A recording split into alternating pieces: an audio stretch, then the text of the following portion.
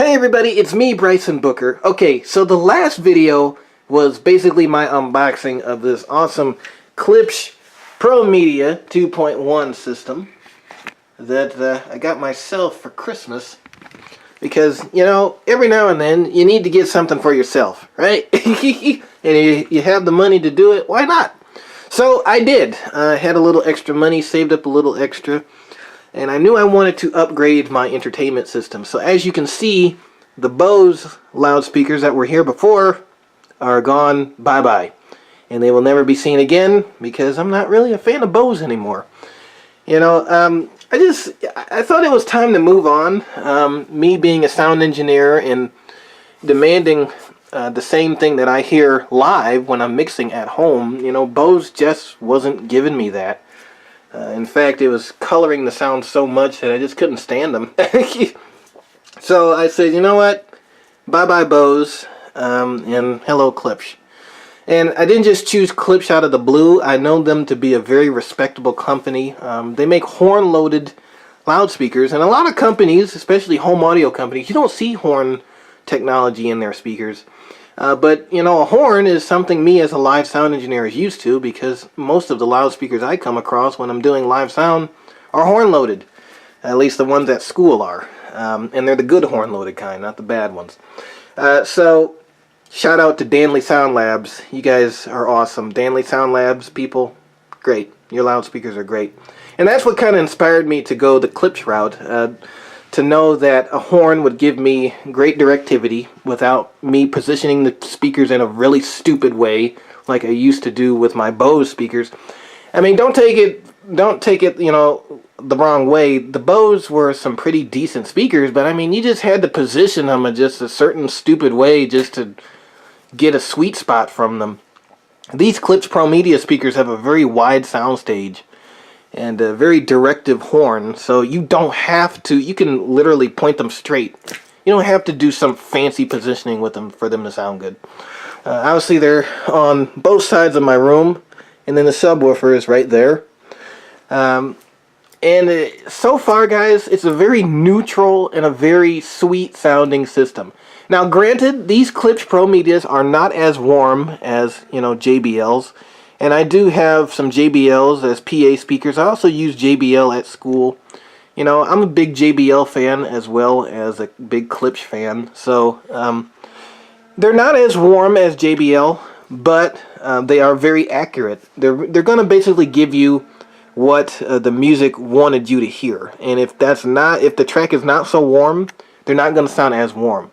If the track is deeply rooted in analog, such as a vinyl record, or something that was clearly recorded on analog gear, they're going to reproduce that, and they're going to be very musical and very accurate while doing it. One major thing that I've noticed about these Promedias is just, again, I said this before, but I'm going to say it again, the wide sound stage. Literally, guys, I could be sitting here, and it's like, basically, Klipsch forces you not to look at their speakers when you're listening to music. Klipsch forces you to concentrate on the music itself, not the speakers that are reproducing it, which is something that, to me, a loudspeaker should do.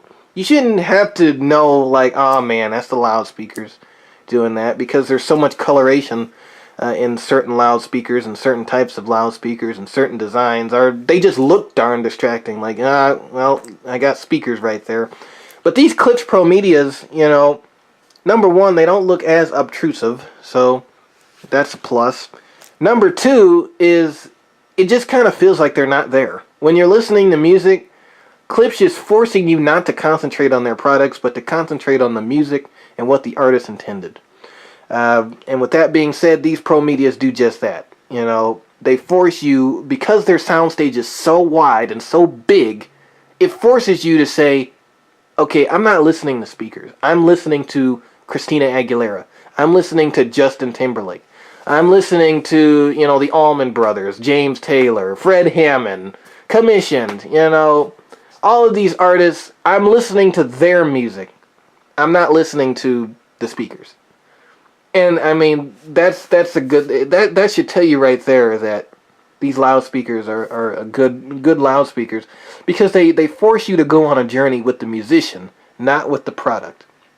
They're forcing you to go on that musical journey that the artist intended for you to go on, not the journey that the speakers themselves force you to go on. The speakers aren't forcing you to do anything. It's the artist. And with that being said, due to their wide soundstage and their accuracy, they're fun to listen to. And many different genres of music are fun to listen to on these speakers. They're not genre selective, and that's part of the reason why I like JBL as well. JBL speakers are not genre selective. They sound good on everything. So basically, a simple way of saying that is they sound great on everything. The same thing with these Klipsch. They sound great on everything you put on them. Depending, you can, and here's another thing. If you put a bad file on them, you can hear that too. So if you're the kind of person that likes to listen to very bad YouTube files of songs, you're going to know that it's a very bad YouTube file when you listen to it on these Klipsch Promedias. It's not going to color anything. It's just going to give you what you are giving them to hear. And for me as a live sound engineer, guys, that's what I want. I want the speakers to put out what the studio engineer was putting in on that particular day in 1994 or 1980 something or 1972. I want to hear that. Now let's get to the bass. The bass is rock solid. And again, I'm not just saying that because I'm a Klipsch fan. Before I was even a Klipsch fan, I was a Bose fan. And I thought the bass on Bose was rock solid. Honestly, I did. But, after doing some research and listening, doing the biggest thing was listening. That's how you can tell the difference in speakers, when you listen, not by marketing. Okay?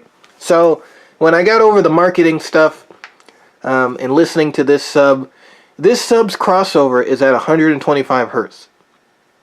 So, it's only doing 125 and below. Could it do 80 and below? Yes, I wish it could do 80 and below. 80 hertz and below. Or, yeah, that would probably be the limit. 80 and below, or 100 and below. But, what the hey? You're not hearing any vocals through that thing. None. Now, there are certain vocals, like for movies and things like that, where some vocals may come through the sub, like a male's voice, because a male has bass in his voice. So, I mean, it's natural for the sub to kind of pick some of that up. At least this sub. But for music, your highs and mids are going to your highs and mids. Literally. Nothing above 125, nothing below 125 is hitting those. Everything, so kick drum, bass synth patches, explosions, bass guitars, some bass guitar notes, like the really low bass guitar notes, are hitting that thing. And it's rock solid. It's not sloppy, it's not bloppy. Some subs, like Sonos subs, sound really sloppy and bloppy. And it's like, they just boosted the bass on the EQ just to make it sound sub-ish. They don't boost anything here. It's pure bass. And when you got good drivers, you don't need to boost anything on an EQ. It sounds great out of the box. And this sub sounds great out of the box. And with that being said, I don't even need to turn it up that loud. I don't even got it up that loud on my knob here. It's right about there. And that's really the recommended setting that Klipsch encourages you to set your sub at, so it matches, so it keeps up with the tops, And that's my thing. I want it to balance the tops. I'm not a bass head. I'm really not a bass head. I want my sub to match my tops, so I can hear that click from the kick drum as well as the boom that the kick drum provides. And speaking of boom, these things can really, make a big boom because they get really loud. 200 watts, baby. my Bose couldn't even do that much. Well, part of the reason was because I didn't have a 200 watt amplifier. I only had like a 15 watt amplifier powering the Bose. But when they were loud, when I did have them loud sometimes, they were really fatiguing. I mean, no highs, no lows, must be Bose. And I'm not just saying that because, they were very fatiguing because of that creative EQ. Klipsch is pretty much flat. So when I turn it up, I'm getting a nice neutral sound that's not fatiguing. Yes, it can get a little bit edgy. And that's why some people complain about Klipsch. They say that Klipsch is a little too bright. And in an instance, they are. But that's when you first listen to them. You have to keep listening to them, and you have to really wear them in. Not wear them out, but wear them in your setup, so you can, that brightness will easily go away immediately. But they can get very, very loud and sound great while doing it. And I just want to end this video just by giving you like a little sound test. Now, I don't own this song, but it's a good song, and it sounds better than this royalty-free crud I was looking at a couple of minutes ago. So here we go.